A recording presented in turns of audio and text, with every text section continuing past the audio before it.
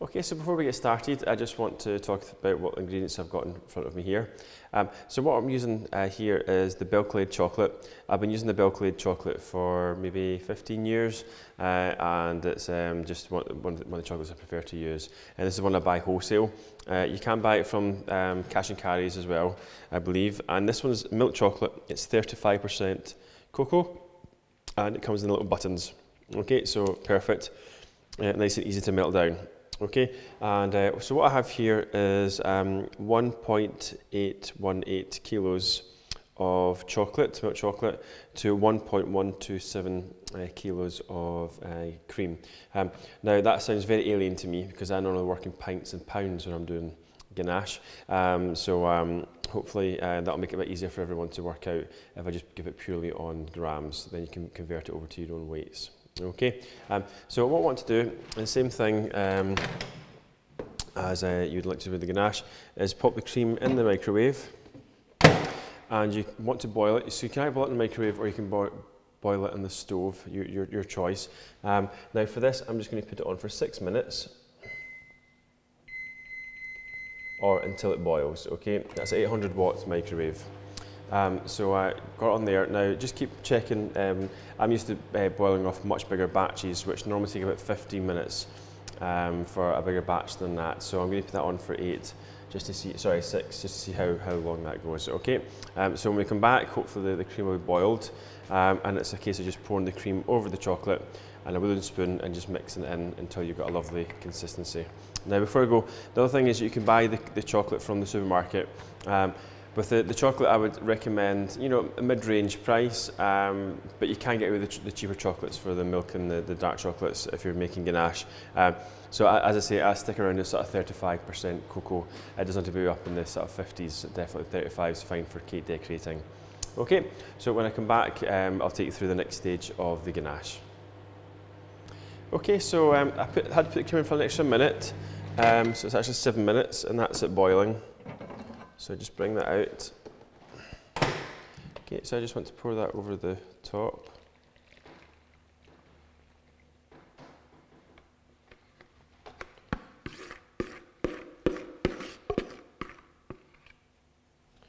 Okay, there we are. Okay, so just make sure the cream's covering all the chocolate. There we are. Okay, now you can just leave that for a couple of minutes just to sort of melt it down and then just finish off stirring. But if you want, you can just go straight into mixing it straight away. Now you can see this is just big enough bowl. So sometimes I'll boil the cream in a small bowl, but I've got a larger mixing bowl with the chocolate in it, just so I can mix it a little bit on the faster side. Okay, now as you're mixing the cream, you'll see it looks like it's going wrong and it's going all sort of curdled. You can see it definitely doesn't look the nicest thing, but just mix through it.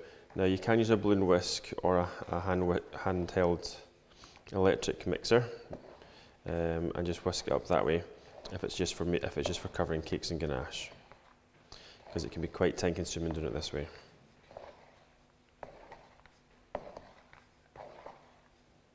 Okay, so just keep mixing it around,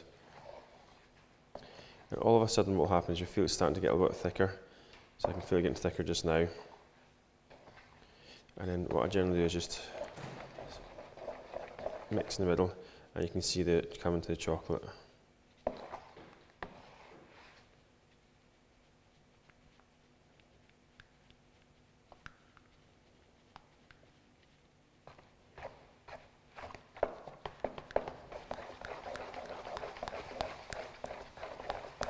Okay, so just keep stirring it around, and you just want to keep on mixing and stirring it until the lumps are gone.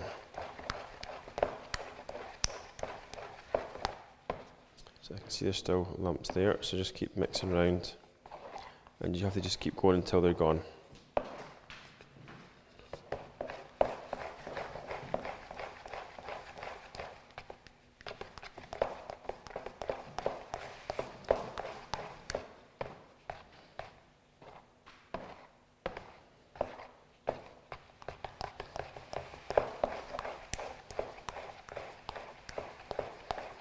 Okay, so there's still a few lumps there.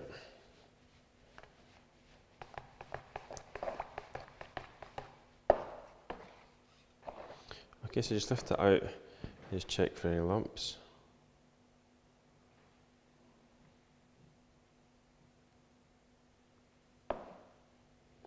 So you can see that it looks nice.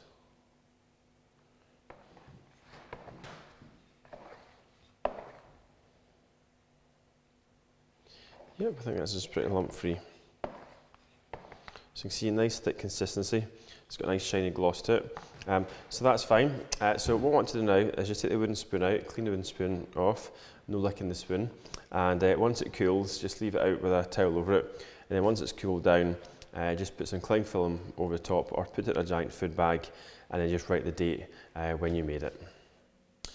Okay, so we've now wound the clock forward. So the ganache, this is the milk chocolate ganache, and it's been in the fridge all night. Okay, so the next day you wake up in the morning or when you want to use it, and generally what I do is I bring it out for about 30 minutes just before I want to actually take it out of the bowl, and that's exactly what I've done here.